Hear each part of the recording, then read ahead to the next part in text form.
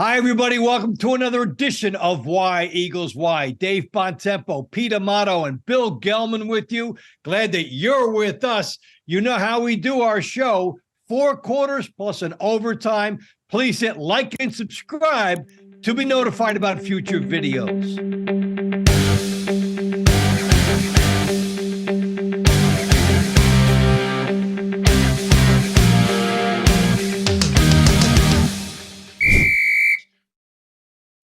All right, as we break the huddle, Pete, we come to people here. Eagles just having beaten the Giants, number 1 seed now, 22-16 triumph. Your take on the Eagles' final regular season game and what you took out of this? I had a feeling the last show I said it was going to be a close game, and I was like, I'll take the 14 points all game, and I took the under. So I won a few bets on the game, but it wasn't just a Giants second string. There was a lot of third string guys in there too. I mean, it was pretty bad that they were what they were able to do, especially in the second half. They were basically able to go up and down the field 3 times in a row. It's a little concerning to me, not because of the Eagles giving up plays or letting the Giants do it, but it's concerning to me because it kind of showed that same style of defensive coaching on Gannon's side of when the Eagles have a lead. He doesn't want to give up the big play, and he will do anything. You saw we stopped putting pressure on the quarterback, and Webb is his name. He was able to dink and dunk all the way downfield, 3 drives in a row. They did have 1 deep ball, but it was just that concerns me because coaching has concerned me all season, and this game didn't help. On the offensive side either, it didn't help. And I feel like I said, the talent on the team has been carrying this coaching staff all season. And you can only do so much, especially now that they're going against other teams with good talent. The coaching staff is kind of put more of a spotlight on them. And if they're out coached, they're going to lose the game. Well, you had it right about those bets. The Giants led the league in the regular season, 13-4 against the spread. So a lot of Giants bettors profiting. Now, Bill, what were your takeaways from that, and how do you think the Eagles exit this game? They have the number 1 seed, they have the bye week, and then it will be down to 8 teams. Yeah, I think, the Eagles did as little as possible to get that win. It wasn't about so much showing off the talent or blowing away the Giants. It was just locking up that number 1 seed, locking up home field advantage without risking injury. You got to remember, Jalen Hurts wasn't playing 100% yesterday. And I think the Eagles didn't use their full bag of tricks yesterday to put – they could easily put this game away. But it was more about, keeping the guys healthy. You got a couple guys. You got 3 guys back yesterday. You got Jalen Hurts back. CJ. Gardner Johnson? Yeah, that guy.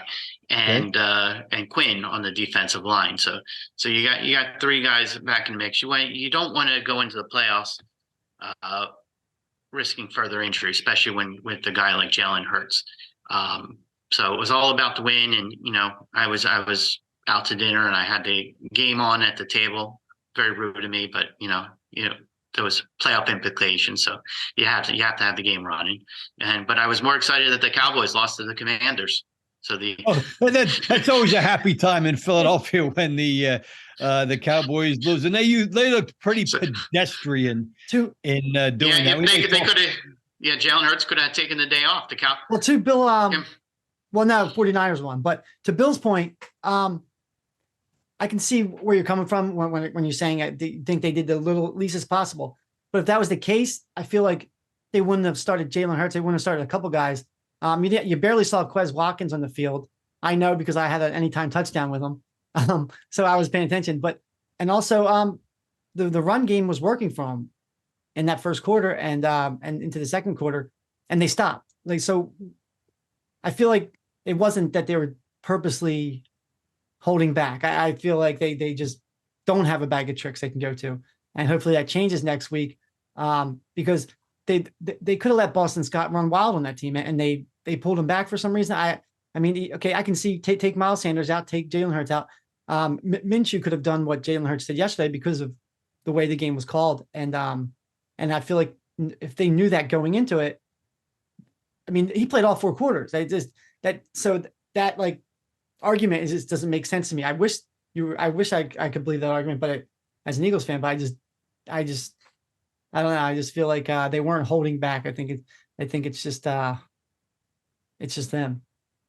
Let's toss out another idea here connected with this thread is that, now, Bill, you mentioned the idea of the bag of tricks. Now, they could be playing the Giants again in 2 weeks. Same team. Should the Giants beat the Minnesota Vikings, it could line up that they're playing this team for a third time in a handful of weeks. And so you could say, well, you know, how much are you going to show this team? You might see them again in a couple of weeks. I thought the Bengals yesterday when they were playing the Ravens in the second half and they thought they had the game, they weren't going too crazy because they play the Ravens again this week. Do you guys think there's something to that overall, that we might be playing them again in 2 weeks? Don't show them everything? Not necessarily, because of this. If it was a team out of the division, I would say yes. But because, you know, the Eagles pretty much showed them a lot in that first meeting. Yesterday just felt like a preseason game to me that had a little bit of meaning. And, you know, I just think it was more they didn't want to risk injury yet, more further injury yesterday. And, you know, it's the Eagles they have the talent. And, you know, unfortunately, it's the talent on the field that has to perform. It's not the coaches can only do so much. And I just think there'll be so much more on the line, no matter who the Eagles play in 2 weeks, that I think there'll be no need to motivation. I think this. I just think this team has so much talent. They broke so many team records this year on both sides of the ball. That backs up that statement. I mean, the number of sacks, receiving yards, which I'll get into a little bit later. So I just think the Eagles are a much more talented team than the Giants. If they, you know, the Vikings, they already showed the Vikings this year what they can do. Seattle doesn't concern me. I mean, it's really the 2 teams that concern me are San Francisco and Dallas. And the reason I say Dallas is because there's that heated rivalry between the 2 teams. And, you know, if you don't come to play like the Eagles have a few times this year, the Cowboys will get you. And, you know, of course, the Cowboys forgot to show up yesterday, so they might have that little bit of fire in them. You know, I don't see it happening, but, you know, I don't overlook the Cowboys. We're going to halt it there for our first quarter. Come back. We'll add to some things, and we'll go to Pete first. We're going to put the Jalen Hurts question up before everybody. Second quarter of Why Eagles Why. 2 words with the Philadelphia Eagles. Jalen Hurts. Well, he didn't play against the Cowboys. They lost. Didn't play against the New Orleans Saints. They lost. Had to beat the New York Giants. Had them in. They won. They've got the first round bye. But the questions about him, Pete, are going to be, how is his health? When you looked at the game against the Giants, what conclusions did you draw? I think he's going to be fine. I mean, I didn't see him grasping at his arm or wincing in pain. And I feel like if he was in 1% pain on that shoulder, he would have said something and they would have pulled him out immediately because they obviously weren't too worried about this game getting out of hand on the other side. So, I mean, he dropped back, threw the ball 35 times. So that's not really, I mean, it's not a lot compared to what they usually do, but it's not conservative at all if the guy's shoulder's hurting. So I'm not worried about that. He has a week off.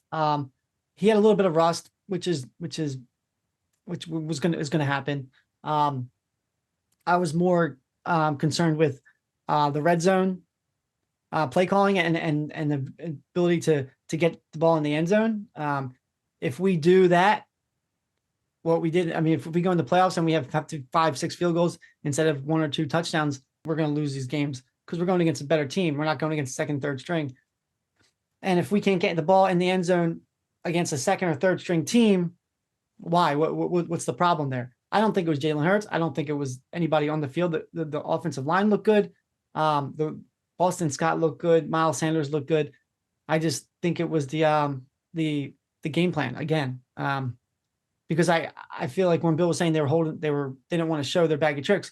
We got up there. I mean, Jalen Hurts did his job. He got up to the red zone. It's just they couldn't get that in. And in my opinion, when a team struggles to get in the end zone when you're in the red zone, that comes down to coaching and game planning and picking the right place to get in. And I know it's beating a dead horse, but yeah, that to me is, again, I think Jalen Hurts looks fine. I think he's going to be fine. I'm worried about the coaching. And the Eagles were up 22-0 against the Giants, and the Giants came back in, made it 22-16. A little scare at the end because the Eagles had to survive some stuff at the end and an onside kick attempt and everything. Now, Bill, what is your feeling now on Jalen Hurts? And I know you have some interesting numbers and thoughts to share on this. Yeah, I mean, you got to look at the big picture at this point in the season. I mean, he's second year as a starter for the season. You know, he's only I think he's 24 years old. So he's 14-1 as a starter. He's second youngest quarterback in the NFL history to win 14 games in a season behind Dan Marino in 1984. And the team put up nearly 500 points this season for 477 points, which is a team record. And he played a big role in the rushing touchdowns. They had 59 total touchdowns this year. 32 of them came on the ground, which is the fourth most in NFL history. And Jalen Hurts was a big part of that. I mean, he had 3 touchdowns in one game. So the talent is clearly there. And Jalen Hurts at a very young age is showing he has the talent to lead this team. Because a couple of years ago when he got drafted in the second round, all of us were saying, why would you pick Jalen Hurts? And now it's like, he's one of the star athletes of Philadelphia, not just in Philadelphia Eagles, but all of Philadelphia. So there's a lot of promise there. The coaching, you got to remember, the coaching staff is very young. A lot of this talent is extremely young. So it's just all the pieces coming together. And it's just a matter of, do they have it this year? Or is there the youth of this team? Do they need more playoff experience before they reach that Super Bowl conversation, which we're going to find out over these next several weeks? The Jalen Hurts thing about when people saying, why did they draft him? And now they're saying, hey, did I tell you how much I always loved that guy? So that's changed as he has developed. We'll have more analysis in the third quarter of Why Eagles Why. Third quarter of Why Eagles Why. Dave Bontempo, Bill Gelman, Pete Amato with you. Now, Pete, there's time before the playoffs begin for the Eagles to savor and reflect on what's been a special season. Eagles getting the number 1 bye all the way through. Just a phenomenal season with the 14 wins. To you, how did they get this number 1 bye? I feel like to me, the definition of his team is just a complete team effort. A lot of times you see when teams are that dominant, they're dominant on offense or dominant on defense. I remember the year Tom Brady and on the Patriots almost went undefeated. He had Moss. It was basically just them two all season, and that hurt them in the end in the Super Bowl because they couldn't put a complete team effort together. And I think this team is like the epitome of a complete team. And I also think the most important thing to having all these guys come, free agents and tradings and signings come together is the leadership factor. And I think this team probably, I know 2017 they had a few really good leaders, but I think this team, you have 2 guys in particular that really stand out, and that's Jalen Hurts. I mean, the one thing we heard about Jalen Hurts, even coming out of college, was he doesn't have the arm. He might not have the QB I or the QB IQ. I might not be able to read the field, but he's a great leader. People buy into him. People love him. And that hasn't disappointed at all. I mean, he's been a great leader. There was some after the game I was watching when Sirianni was talking to the team. He said, "You guys have the day off tomorrow," but then Jalen Hurts took Sirianni aside and said, "I think we should watch film tomorrow." So the coaches and Jalen Hurts are watching film today while the rest of the team has a day off. And it just goes to show you that the guy, he's like kind of like a silent assassin. He's not loud. He doesn't. You saw him walk out of the tunnel yesterday. You would never have known he missed 2 games. He was just walk out, raise his hand, and it was all business. So I think a lot comes down to leadership and like a complete team effort. And I think that goes hand in hand. And that's what I think the strength of this team is. Yeah. And you have Jason Kelsey, who's a great leader. And you have Brandon Graham on the defensive side. I'm not in the locker room, so I don't really know, but I'm just guys that are vocal outside the locker room to the media.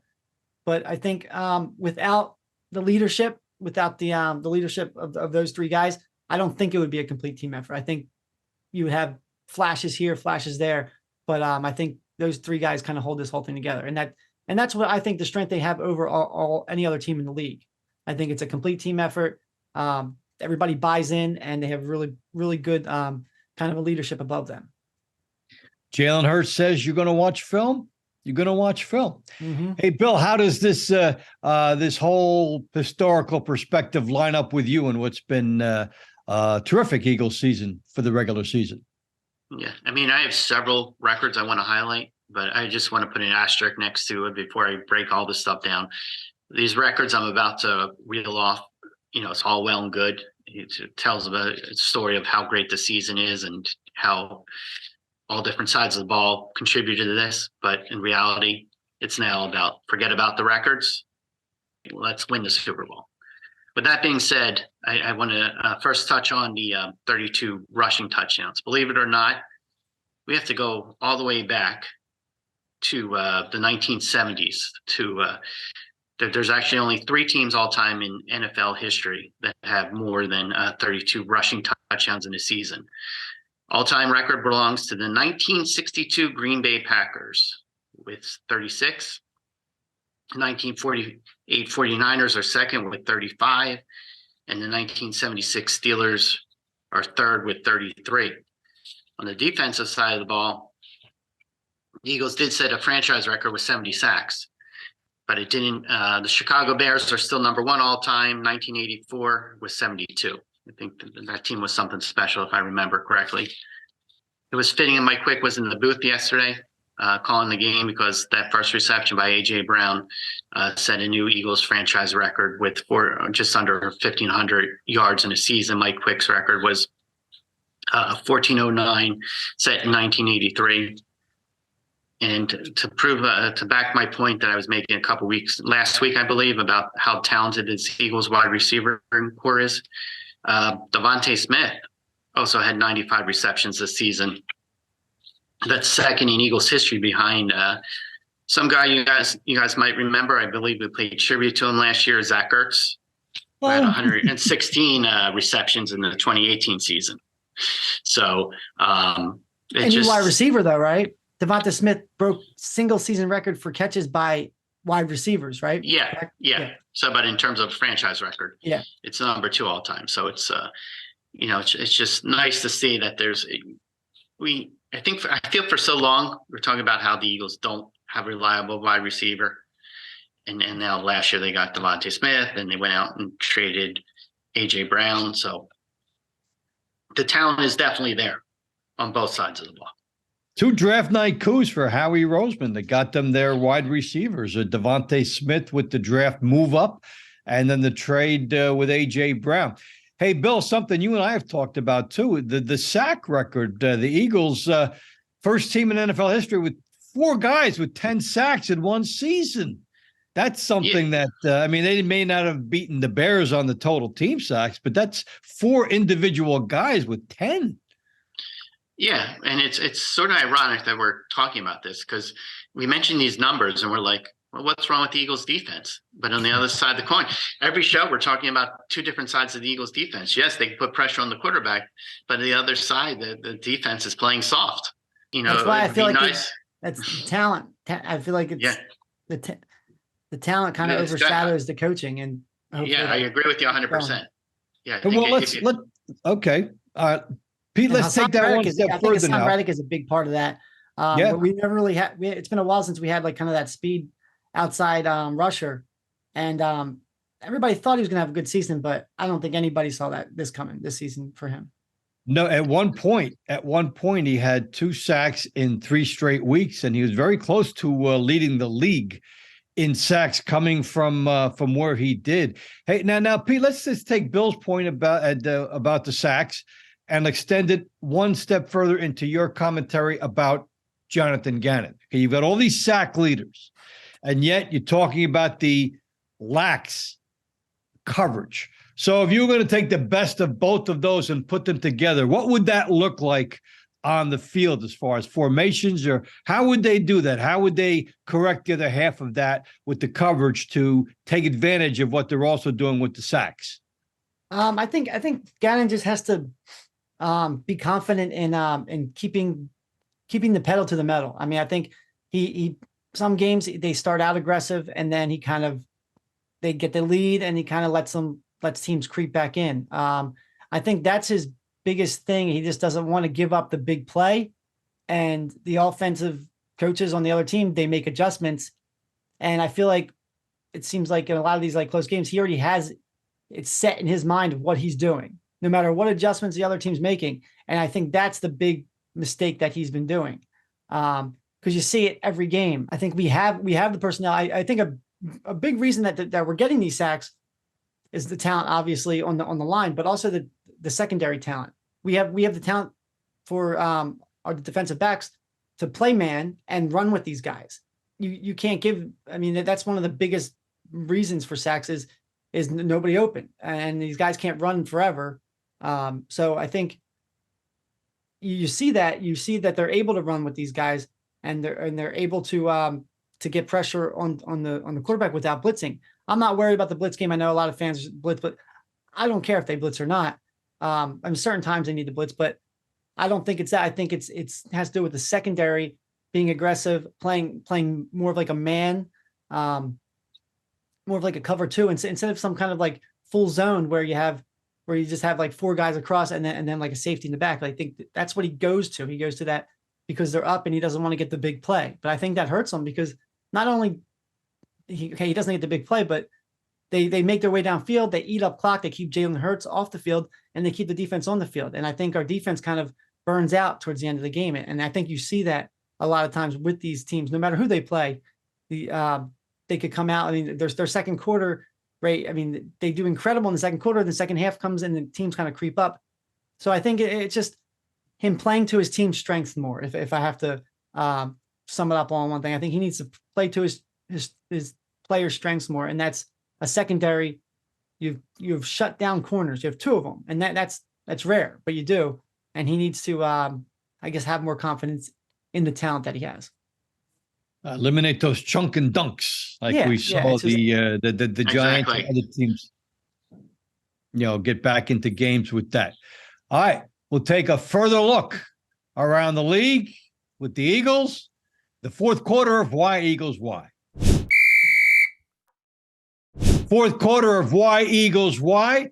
Well, the Eagles have the opportunity to do some handicapping over the weekend because they don't have to play. The beauty of the bye is it gives you 1 win into the postseason. So the Eagles will play the lowest seeded team that comes out of the pack. So let's go around the NFC and let's start with the team on the bottom against the team on the top and see how we do. Well, here's the no-brainer. I'll take the San Francisco 49ers to beat the Seattle Seahawks. Any dissenters? Nope. I agree. I think that is our one layup that we believe, but they will get tougher. Starting with this one, New York Giants at Minnesota Vikings. For the spread reference, by the way, we're not picking against the spread. The Vikings are a 3-point favorite to give you an idea. All right, Pete, who comes out of that game? I just think the Vikings have too much firepower on offense, and the Giants really can't seem to put together games where they score a lot. And when they go against when they go against offensive teams that are healthy and are scoring a lot, they just can't keep up with them. And I think that's what's going to come down to. I could see the Vikings scoring. I can see it being a high scoring game. I just can't see the Giants keeping up with the Vikings. So I'm going to take the Vikings. How about you, Bill? I think I agree with Pete. The Vikings, very deep and talented offense, but there's been a few times this season when they've been the cardiac kids, fallen behind, and had to play catch up in historic fashion in one game. So I'm going to go with the upset here. I think the Vikings are going to fall behind, and the Giants are going to squeak one out, pull the small upset there. You know, Bill, I'm going to agree with you too. I think that there's sort of like the Vikings have been very fortunate this year. They've lived on the edge so often. You think about the Indianapolis game; they were down 33-0 at halftime. The Giants game, the Giants almost beat them. They played a few weeks ago. It was a 3-point verdict, 61-yard field goal for the Vikings. They do get some magic there, but one little play takes it away. I'm going to go with you there on the Giants. Tampa Bay Buccaneers hosting the Dallas Cowboys. This is a Monday night game. And Cowboys, believe it or not, are 3-point favorites. So we've talked about this, Pete, that this is a good matchup for the Cowboys. Based on what I saw yesterday, I'm not sure, but what do you think of this Cowboys and Buccaneers game, and who comes out of it? The team that comes out of it is going to, Brady doesn't have an overpowering offense like he usually does, but he's the greatest quarterback of all time. He's been there. He's done that. The team that is going to win this game is going to be the team with the least amount of mistakes. And given that Dak has been percentage-wise the worst quarterback, I have to look at the historic stats of interceptions to games played. It's been awful.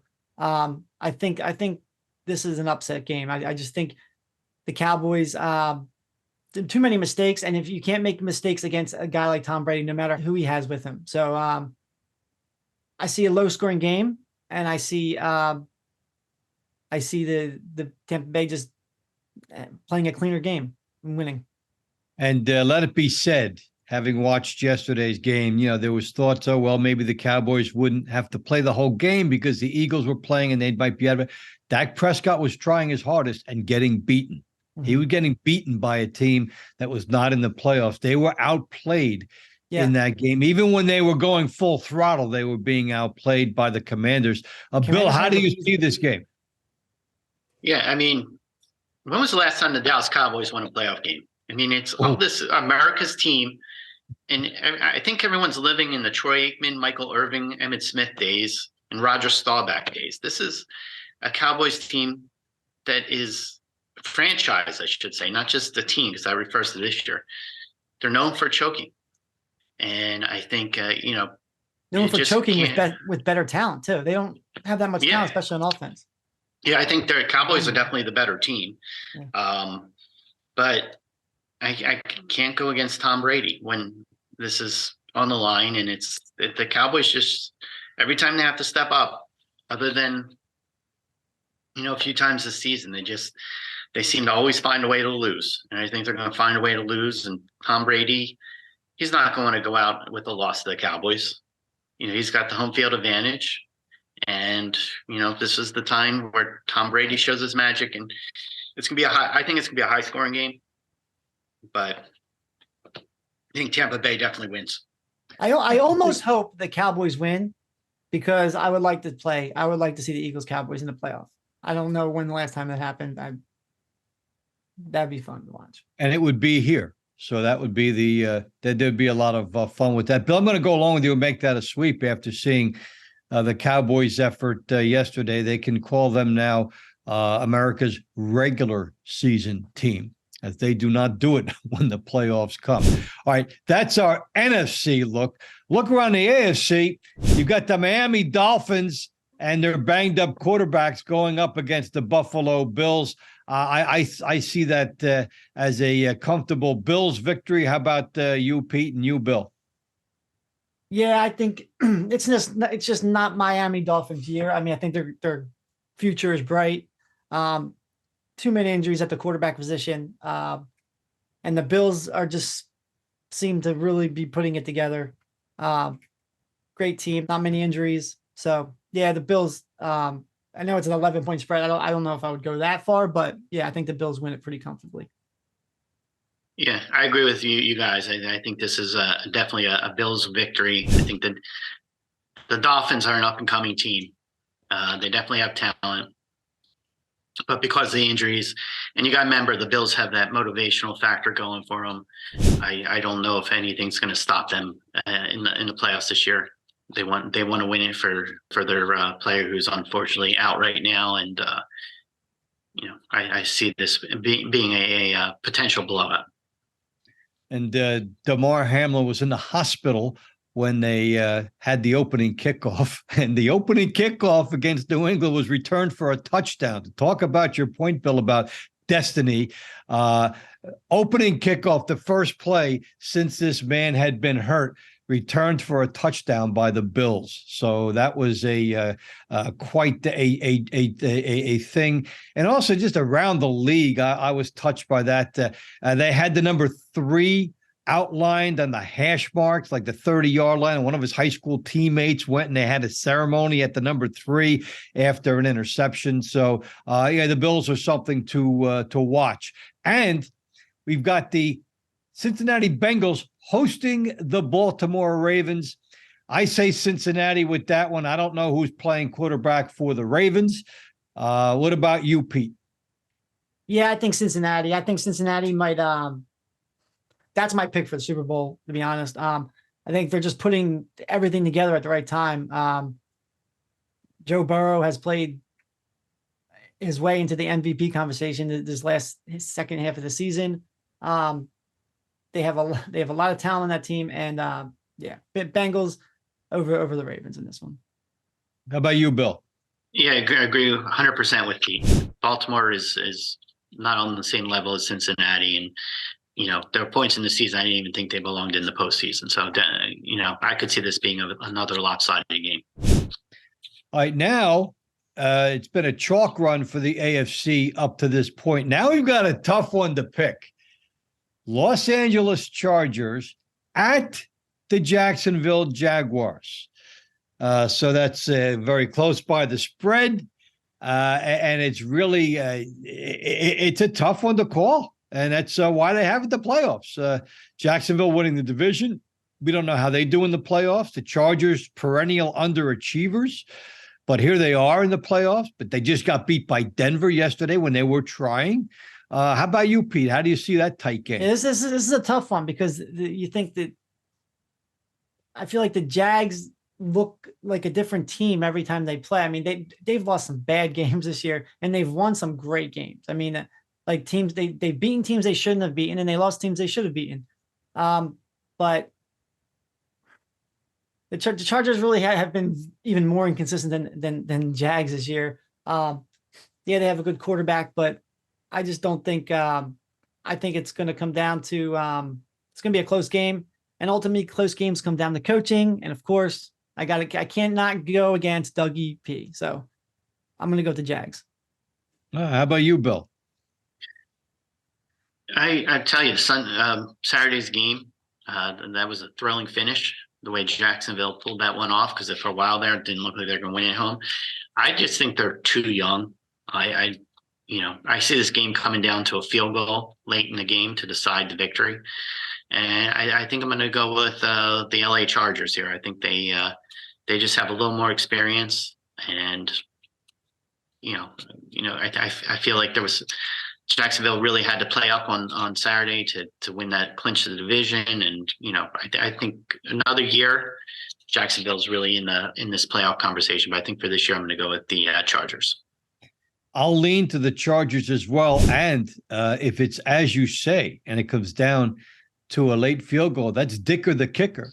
He won a game for the Eagles this year before he journeyed off to the Chargers' life in the NFL. So that's our look around the playoffs. Let's see how he did after the weekend, and we'll have our parting shots after this. Overtime of Why Eagles Why. Dave Bontempo, Pete Amato, and Bill Gelman with you. I say my parting thought in overtime. What a weekend for past and present Eagles coaches. Andy Reid, number 1 seed in a bye with the Kansas City Chiefs. Nick Sirianni, the bye with the Philadelphia Eagles. Dougie P, defending a division championship and playing this week. What a weekend for Eagles coaches. How about you, Pete? I'm just kind of looking ahead at who the Eagles could possibly play. A team that I think they're going to play, if I had to, according to my picks, would be the Bucs. They would fall with the lowest seed. I think the football gods are going to give Jalen Hurts that rematch against Tom Brady. If I had to pick a team, if I pick a team that I want to see them play, obviously it'd be the Seahawks. I would love to see the Seahawks upset Niners. I'm getting sick of hearing about the Niners. It's like they're like the new they're like the 72 Dolphins if you according to the media now. It's kind of, I mean, yeah, they look good, but I mean, people are basically saying they're unbeatable or picking them for the Super Bowl. I don't see it. They have a third string quarterback in. So I think the Seahawks have a chance there if they keep the game close and they keep the game low scoring. I think you saw what Arizona did. So, and I know people are not going to like this; they're not going to be happy with this. But I would love to see an Eagles Cowboys playoff game. I think the Eagles are better than the Cowboys. I'm not worried about the Cowboys. I haven't been worried about the Cowboys all year. So, Eagles Cowboys, that would be my late Christmas list wish. The Cowboys beat the Bucs. Eagles have to play the Cowboys next week. So will Parlay Pete's wish list come true so that everything lines up and you get that dream game? How about you, Bill? There's a couple of things I want to touch on. One is great regular season. We've touched on that. We've hit all the highlights. But now it's time to use that phrase, time to put up or shut up. Let's not talk. This is not the time to question coaching decisions, talent. You have the extra week to prepare for this game. Sit back and watch the games this week, and then be as prepared as possible. Don't give those dink and doink plays to the opposing offenses. The defense, should be ready to continue the racking up the sacks. The offense, there's no question there's plenty of talent. The only concern is with Lane Johnson's health. Is he going to be back? Because with Lane Johnson in there, that makes a huge difference. So, let's time to live up to the hype. The hype has been set. So it's going to be an exciting next few weeks. And as a side note, I want to look ahead to the 2023 season. Eagles are playing the Chiefs next year as a result of both teams taking the number 1 seed. That's who the Eagles' additional opponent is next year.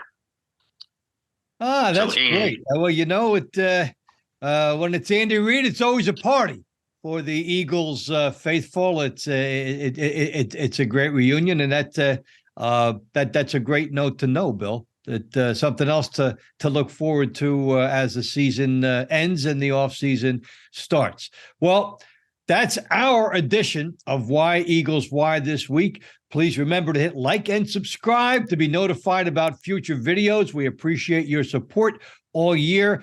For Pete Amato, for Bill Gelman, this is Dave Bontempo saying so long, and we'll catch you on the next edition of Why Eagles Why.